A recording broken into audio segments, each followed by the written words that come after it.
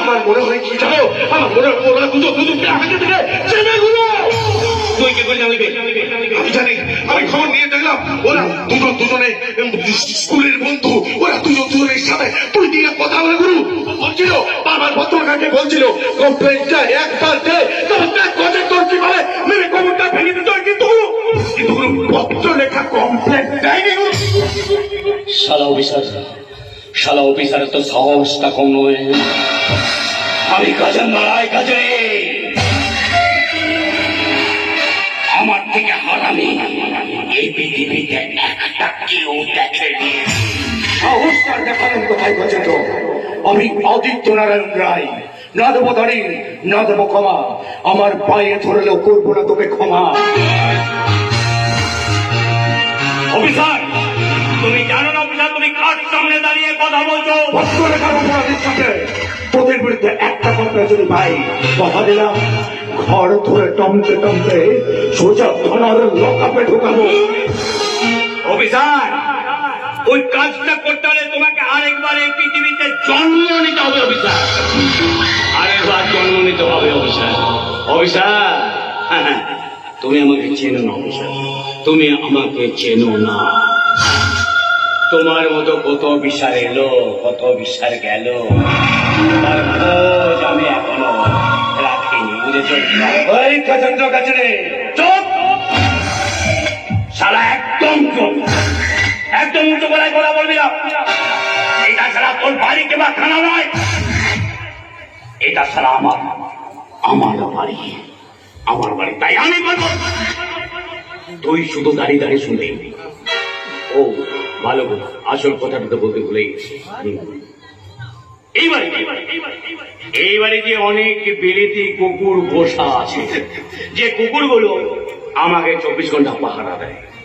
তাই সে কুকুরগুলো চায় না তার মনিবের সামনে কেউ উঁচু গলায় কথা বলো। তাদের কানে যদি তোমার আওয়াজটা একবার পৌঁছায় না অফিসার, ওই কুকুরগুলো তোমার গলাটা ছেড়ে দেবে। ভাগের মতো গর্জন করছিস, আর নিজেকে যদি ভাগ মনে করিস তাহলে তোর আত্মরক্ষা করার জন্য ওই কুকুরগুলো কেন বসে রেখেছিস? আসলে তুই নিজেকে ভাগ ভাবলেও না, তুই হচ্ছিস একটা কুত্তা।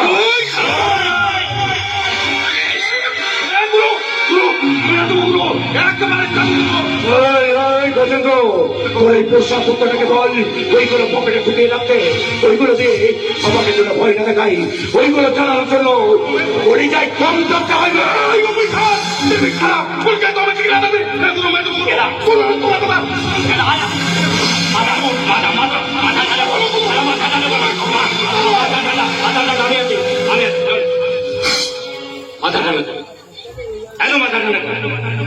মাথা গরমে কোনো কাজ হয় না। অফিসারকে দেখেছিস তো? হ্যাঁ, পুলিশ পোশাক এসছে, কোমরে পিস্তল, সালা আইনের লোক। এমন আইনের পেঁচে ফেলবে না, থানায় গিয়ে এমন এমন জায়গায় মারবে, সালা উঠতেও পারবে না, বসতেও পারবে না।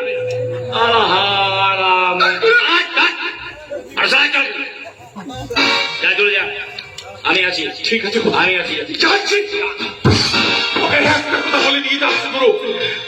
অফিসার যদি মুখে লগাম না দিয়ে কথা বলে না, তাহলে সেদিন তোমাকে গুরু বলে রেয়াজ করবো না। এই পিস্তলের ছোটাকে ছোটা করি ওর মুখের মধ্যে শাট করে ঢুকিয়ে দেবো।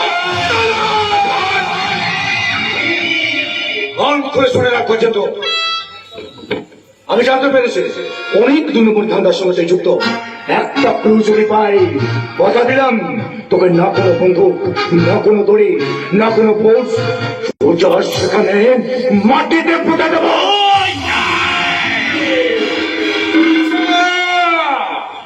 আপনার সাহস তো কম নয় দেখছি। আমি মহেন্দ্র প্রতাপ রায়। এই এলাকায় যে অফিসারে আসুক না কেন, প্রথমে আমার বাড়িতে গিয়ে আমার পায়ে হাত দিয়ে প্রণাম করে তারপর সে ডিউটিতে জয়েন করে। আর আপনি এসেছেন আমার ছেলের সাথে লড়াই করতে। সকালে ঘুম থেকে উঠে পূজা অর্চনা করে মায়ের চরণ স্পর্শ করে তারপর ডিউটিতে জয়েন করে। তাই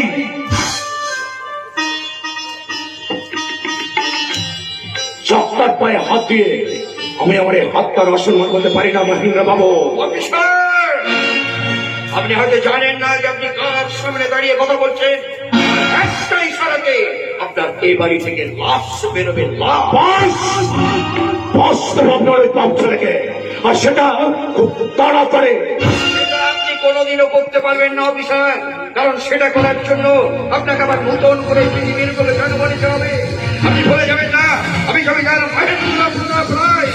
আমার কথাতে বাঘে গরুতে এক থাকে জনতা।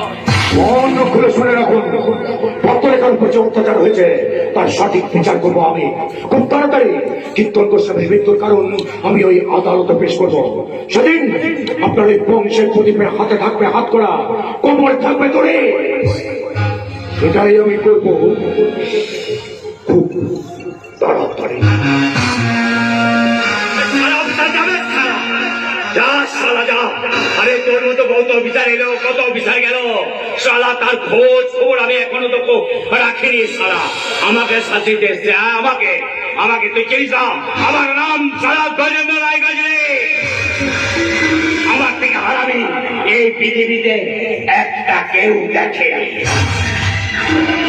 তোর এই ছেলে মানুষের জন্য আমার মান সম্মান সব কিছু একেবারে ধুলোয় মিশে যাচ্ছে।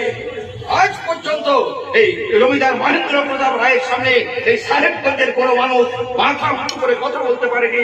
আর একটা দুইটা পুলিশ অফিসার আমাকে চ্যালেঞ্জ ছুড়ে দিচ্ছে। চ্যালেঞ্জ! চিন্তা করো না বাবা, চিন্তা করো না।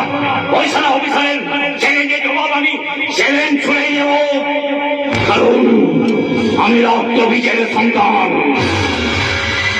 আমার মনে আছে ঢোকা যত সহজ, বেরোনোটা ঠিক ততটাই কঠিন। ওর চ্যালেঞ্জের জবাব আমি চ্যালেঞ্জ ছুড়ে দেবো।